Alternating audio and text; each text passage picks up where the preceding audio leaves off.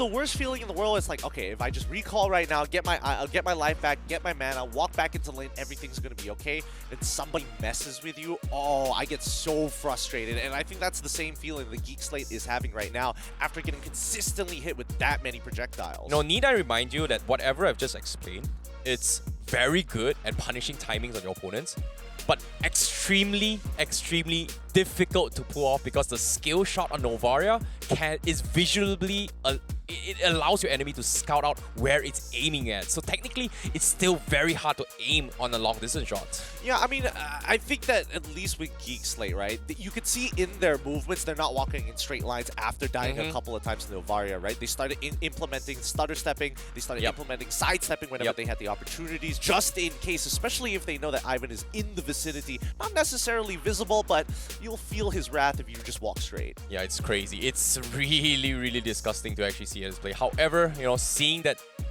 on this English broadcast, I feel like that's the best Novaria I've seen so far. And it's only been, what, 3 days since its release on the official tournament game. And when it comes to the actual hero being released, about 2 weeks thus far. So I feel like that is a masterclass of a Novaria. I've not seen anyone play it at that level, but over time we will see more. But this is, I think, the benchmark for other teams to kind of say like, hey, maybe this is actually how you play Novaria. Can we get somebody with like 100% snipe rate, hit rate player to actually play it? 100% snipe or a rate to B-Trix play player for that them? actually played it. You know? I don't know, man. I mean, yeah, sure. I guess that's one way of looking at it. I feel that, like, even though it is a win, it's still a support Novaria, not a mid lane Novaria, right? It's a very different playstyle where you can constantly put pressure upon the map rather than just focus on, oh, I'm just going to sit in lane, wave clear, sit back, wave clear, now I'm going to move. It kind of opens up that double mage roam would be the kind of the meta. It has been in speculation for a couple of seasons now. Once in a blue moon, we do see teams kind of adopt this playstyle.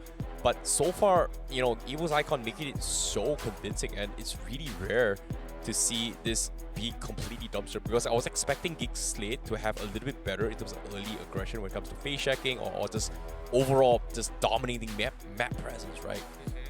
I think that is also due to the new rotations that they've been implementing, right? Having your mid laner go with the EXP, hit level 2, and then walk back into the mid lane, while at the same time, your support takes the entire mid wave, hits level 2, and then immediately is like, I don't need to be here anymore. It's all about making impact as soon as possible. I guess it comes down to just, you know, enabling your XP laners, right? When it comes to the current meta trend in terms of first rotation. So I think this is something that you guys actually we kind of discussed as well as noticed between some of the teams in terms of prioritizing those first openings, right?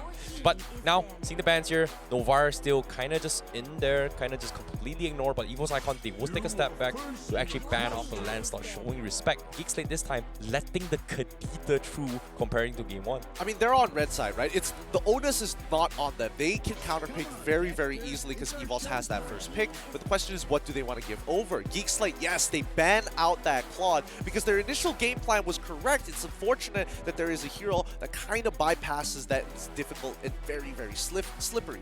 EVOS Icon, now this first pick is going to matter a lot. I don't know if they're going to get the Mincetar like Geek Slate did in game number 1, but I feel like if they go for the Valentina opening, you can't go wrong. I think going Valentina is definitely a safer bet here, but at the same time, I felt like the Mincetar throughout the entire game was a little bit underwhelming, but at the same time, because it was first pick, maybe, just maybe, you know, EVOS Icon was drafting a composition to deal with the Mincetar, but it didn't felt like that. So it feels like they have a little bit better idea on how to deal with it because of it, but EVOS Icon, they're not going for the Valentina. They're going to go for the Fredrin again. I mean, this is one of Sutsujin's main heroes, right? Every time we've brought him up in terms of the stats, Fredrin is very closely associated. Geek Slate, once again, going to be going for the Mincetar. Now, what's great about the Mincetar's King's Calling, it stops all dashes, right? And let's really think about Fredrin. He's got 2 active abilities, he's got a taunt, and he's got his ultimate. The ult can only be used once he has max combo points. So think of it this way, right? If he dashes and connects on a target with the empowered auto attack, that's a combo point. You drop the King's Calling, you technically technically deny him 2 combo points. You can use the taunt to get the refresh, the cooldown discount, but you won't be able to dash. Okay, based on what I'm observing here from Geek Slate, it feels like they want to play the same draft from game number 1, but with minor tweaks, right? Like, if you think about how game 1 went, the far side coming from our boy wasn't able to do too much because EVOS Icon has so much ways to deal with it. May it be the Astral Recall, may it be the Terrifies coming from Valentina, and maybe the Grok walls to a certain degree. Having the Eve drop the real ammunition kind of ensures that, hey, I won't get CC'd, my ult won't be cancelled. But at the same time, you know, with Kadita right in your face, yeah, my Rough Waves is going to potentially one-shot you with or without the real manipulation. I agree. I think that in this particular case, not going for Kaja was the right play for the side of EVOS Icon, right? I feel that, like, with Kaja, and especially with the lineup that Geek Slate is going to be looking out for, it's very easy to get picked off and not get that follow-up from the rest of her teammates because it's just too hot of a zone, right? So at least with Kadita, she's more self-sustaining. She can kind of play like Natalia, get in and out of fights. You don't know when to expect her. You don't know what bush she's going to be in. Yeah. Now, speaking of this as well, Geek Slate now opting to go for very, very similar drafts from game number 1, just a little bit minor tweak. But I don't think Novaria will be picked from EVOS Icon again. It might happen, it might not. That's the big problem for me right now because I talk about this when it comes to conditioning, right? Because they're just like, hey, they're gonna play Natalia. Oh, wait, they might be going to Saber.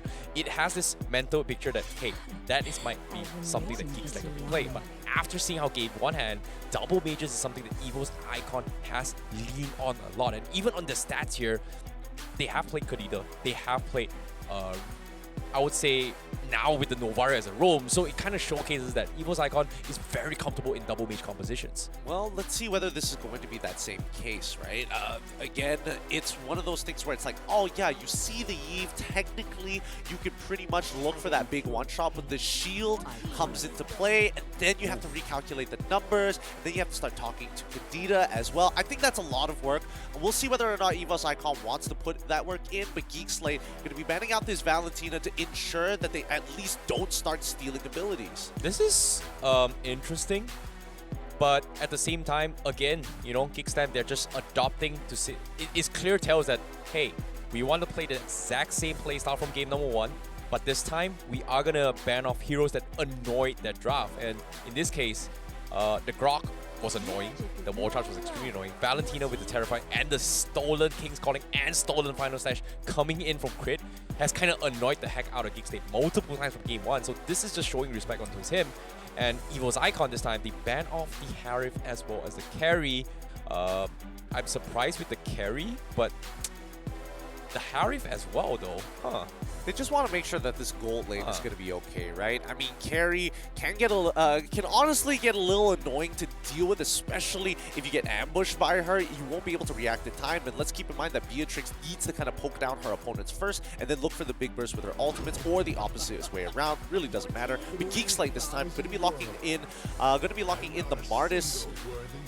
What is he hoping to get here? Is he hoping that he's able to start the team fight and start getting kill resets with a Decimate? That's probably it, right? Or more so just to be able to kind of face check these brushes without getting CC'd. I think it's more like they just want to go for a tanky composition that can actually deal with the Kadita. So like if you have 3 heroes, like 3 of them having Radiant Armors or even Curse Helmet to a certain degree, you can kind of block somewhat of the Kadita's one-shot, I guess.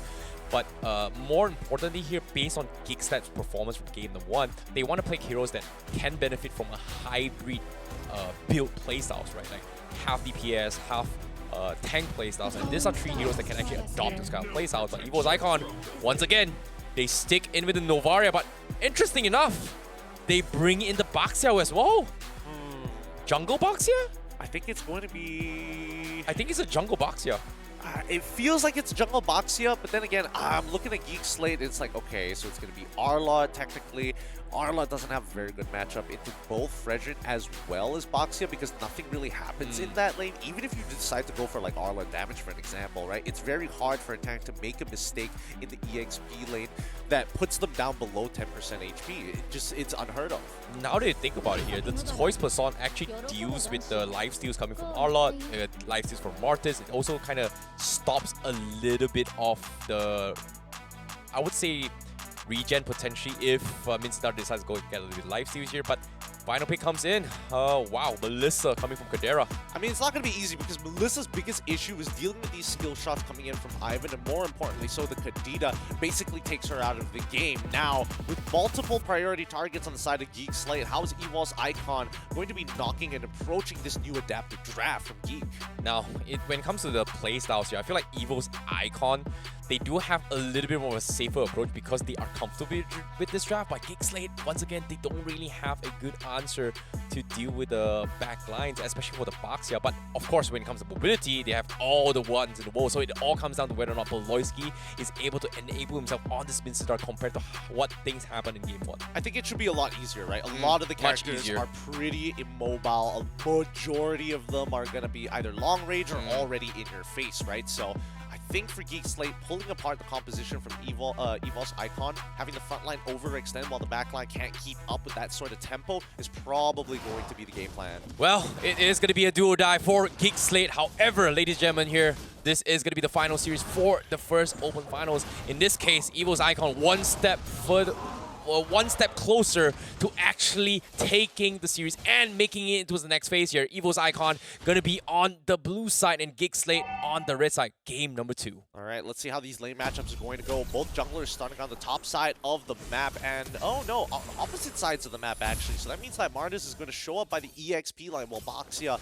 will say hello to the gold lane. Now, it seems like Geek Slate this time, did they get the little wonder? Oh, wow, okay. 80s was able to seal it this time, so a little bit of a better start compared to before, but EVOS Icon, it seems like they are trying to get a little bit more aggressive, so it is going to be a Boxia jungle coming from Sutsujin, and they are going to try and contest this. It seems like Beloyski taking a little bit too much damage. He might be in a little bit of trouble here. Yes, he will go down. That's going to be a first blood for crit for EVOS Icon. Yep, and Beloyski, unfortunately, having used this flicker very early on into the engagement, finds himself at odds against EVOS Icon, and so far, pretty good from EVOS Icons, right? Their early game has definitely been quite the standout for them, especially for these MDL teams. Yeah, I think that's the thing about Boxia, right? Like, because of his shield, his second skill coming from Boxia, you can technically keep on spamming it all the way through in pre-level 1. It gives you a little bit, the shield unity kind of gives you so much mobility and rotate in between lanes, which gives you like a one step closer or faster compared to Geek Slate. So I guess this is just, you know, EVOS Icon trying to dictate the momentum and Geek Slate kind of stopping it. But with this first turtle in play here, Hades should be getting aggro a little bit here, but EVOS Icon is already dead. They drop the Astro out as well. Here comes the two-man taunt. They are going to force the issue. Hades does have the Ashura, but does he win the retry battle? No, he does not. He misses by an inch, and Sutsujin will steal it away. Aba getting picked off as well, but look at this. Sutsujin just manning up with this Boxia. They back away. Oh, Hades. Oh my god. Health. He doesn't have enough gray health. Oh no. Can he get out? Wait, hold on. Keep your eyes on Ivan here. He might be able to do this. I think they're going to try and kill him off. Now, oh my goodness. They do have the damage and they will pick him off in tier 2. Oh my goodness. Geek Slate just not having a good time at all in game number 2 again. I thought there was going to be the Astral Recall that was going to kill him, but no. Instead, it was literally just the first ability. Veldora smartly walked back, went for the taunt, gets the attention of Luke, and he slowly walks back to auto-attack Veldora and is just taking full dot damage from Ivan. Dude, Ivan is just taking advantage of his ultimate here. Like, instead of going close here, he gives him a little bit more time to actually rotate back to the mids in case things were going to be getting a little bit funky coming from Geek Slate, where if they try to make a play up top, but damn, he is always in position to help out in every single lane. Hades, he is going to get scouted out a little bit here, but Geek Slate, they're still trying to draw away the potential from EVOS Icon. Kadera, he's just going to be sitting in lane for a lot longer. Doma on the other side, pretty much exact same problem. They can't seem to crack each other's turret just yet, but it's still early, 3 minutes into the game. No, they're not going to be able to hit this, right? Yeah, they're basically, the mid lane as well as the jungle are basically playing around Beloy, right? They're looking for this pick. Yeah, Beloyski needs to land the sickest hook ever, but in this case, this spear is going to be very difficult because he's going to get scouted by Crit. Oh my goodness, he is half the tankiness here. King's Calling comes in. It is going to stop Crit his way here. But at the same time, can he get out? He gets the regen in. Beloyski forced the flicker out there. But the rest of EVOS Icon, they want to extend the fight by Veldora. He made a mistake. He got pulled back by the final stash and he is going to die. Beloyski finally getting die run by Sutsujin, so they trade 1 for 1 though. A little bit unfortunate that that went into Geek Slate's favor, considering that EVOS Icon basically have full control, right? Turtle was spawning, and now Geek Slate have turned the tides and are in control of the map. Hades will be able to secure this Turtle, no problem. That equalizes him in terms of EXP against Susujin, and by the next clear, he should be at even level. Yeah, this is smart. This is smart. Understanding they do not have the ult here, but Doma, he's gonna try and man up against Kadera, but from behind, Crit, can they go for the finish the wall? The goal weight keeps him momentarily alive, but Crit, it doesn't commit to the kill. Nice movements coming in from Kadera. I mean, Crit, he what? Oh, he knew. He knew. Oh, oh no. Ivan, no. Oh! That's unfortunate. The timing just could not have been worse. Half a second off there. Half a second. Loses his flicker in the process. Damn, Kadera is on Ultra Instinct right now, but hopefully he will be able to scale back into this game. But now King's calling coming from Voloisky. They are going to try and force Doma in, but they don't have the damage. He missed the spear, and here comes the counter snipe. Susujin on the shield unity. Doesn't want to continue this fight. Oh boy, they're going to be backing off here for the time being. Speaking of boy, what is he doing all this time? Currently, he's got the Ice Queen's wand finished and below Arla in terms of gold as well. Huh. Looks like the landing phase may not necessarily be as good as I thought it was. This is going to be close as well, but Kadera looking to win this 1v1 once again. Doma down to half HP, so this is a good time for Kadera, and you can see movements coming from Geek Slate. They are going to try and prioritize on this gold lane. And Crit does scout this out. EVOS Icon gonna play this a little bit safe here. Geek Slate, they want to try to set up with Hades, but I don't think they can as well. EVOS Icon was gonna be staring them. But once again, they're shifting down towards the bottom lane. Susujin scouts one. Here comes the snipe bait. Beloisky taking a fat chunk of this damage, and EVOS Icon giving chase, but nothing major is happening. Here comes the ult coming. They've got the slow. Doma got the snipe as well. Aboy taking the full run as well. He needs to get out. Finally problems the flicker. Finally gets out of it. And that should be all on this trade-off. But top side, look, wait a minute! They are going to go for 1v1. Okay. Very, very close calls here, but Veodora, is he going to go? Nah, that's fine. Look, a lot of members from Geek Slate are walking away with very little HP. Like, Ivan was even using the Astral Recall, going out of bounds of the map to try to get the snipe onto Oh no, Crit, he is going to get caught out. Here's the bounce back. The goal away comes in, but Crit does have the damage. He's going to extend it, and he gets a double. Geek Slate getting caught between their pants. Very good play here. They split Geek Slate apart. You want to play as 5? We're not going to let you. We're going to affect every side of the map and maintain this lead until it ends. Oh boy, Geek Slate just haven't been able to find any opportunities in the setup yet, and Voiski is just not able to get any kind of hook at all, and because of this, EVOS Icon is just running rampant multiple times here. Now, having this tier 1 down bottom, top side is going to be exposed as well. I guess they are going to try and make the lane swap now coming from EVOS Icon? I think they have, yeah. Since the tier 1 is still available, might as well, right? And you can see that Doma, he's going to clear the mid wave before he gets there, just to kind of buy that extra bit of time. As Veldora, currently, he's proxying the wave, right? Yep, middle lane here, they force the fight here. King's calling has been expected. The Geek Slate, they found two. Crit manages to take off our boy, but he needs to make a run for it here. But the decimation coming from Hades allows him that kill, so that's going to be 3 down just like that for EVOS Icon in the blink of an eye. It seems that Beloisi found the King's calling that he was looking for, right? He managed to lock up 3 people in the meantime.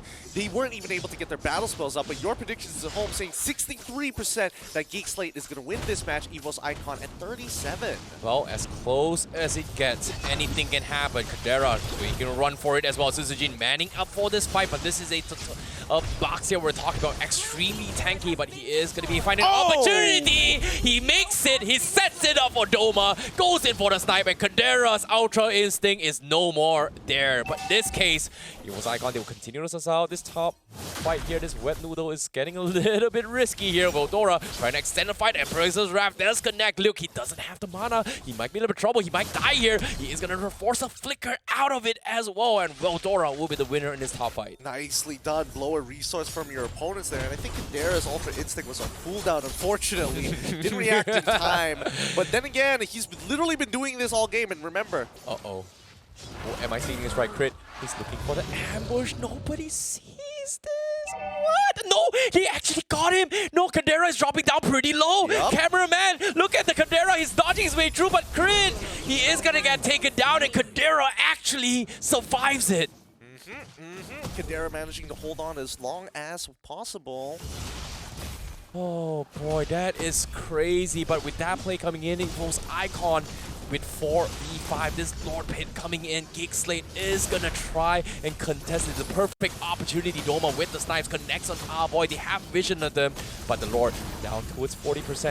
It is still the dance around the Lord as well. Suzuki makes his play. Tortoise Poisson comes in. Veloisky taking a little more too much damage. Hades, he will steal the Lord, but he will back out. Suzuki is trying to set out a play, but he's stranded all by himself. He gets picked apart, and EVOS Icon, they will lose one and the Lord.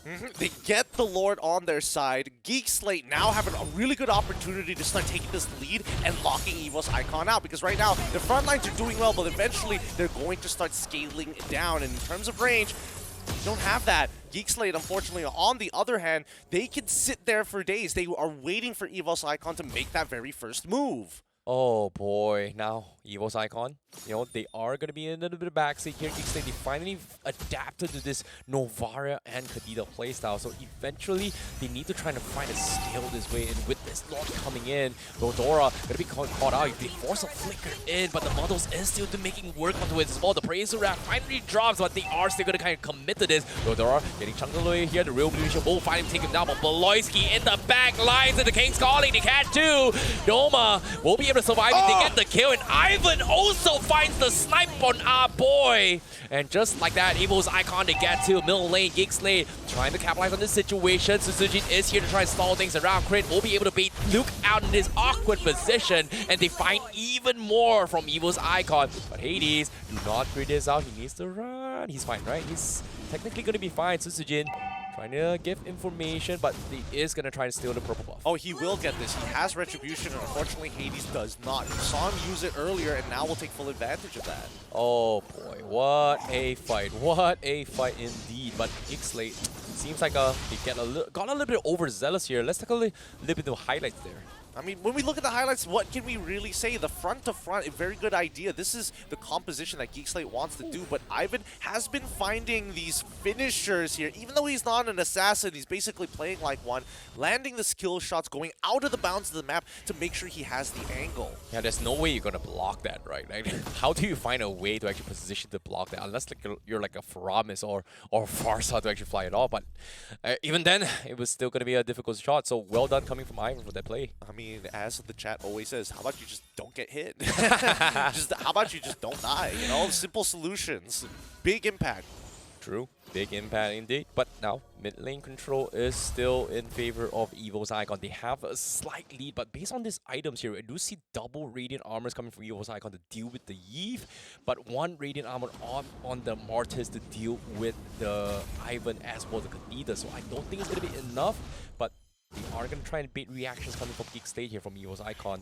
It seems like Sitsujin doesn't like the position. He will try and reposition down back.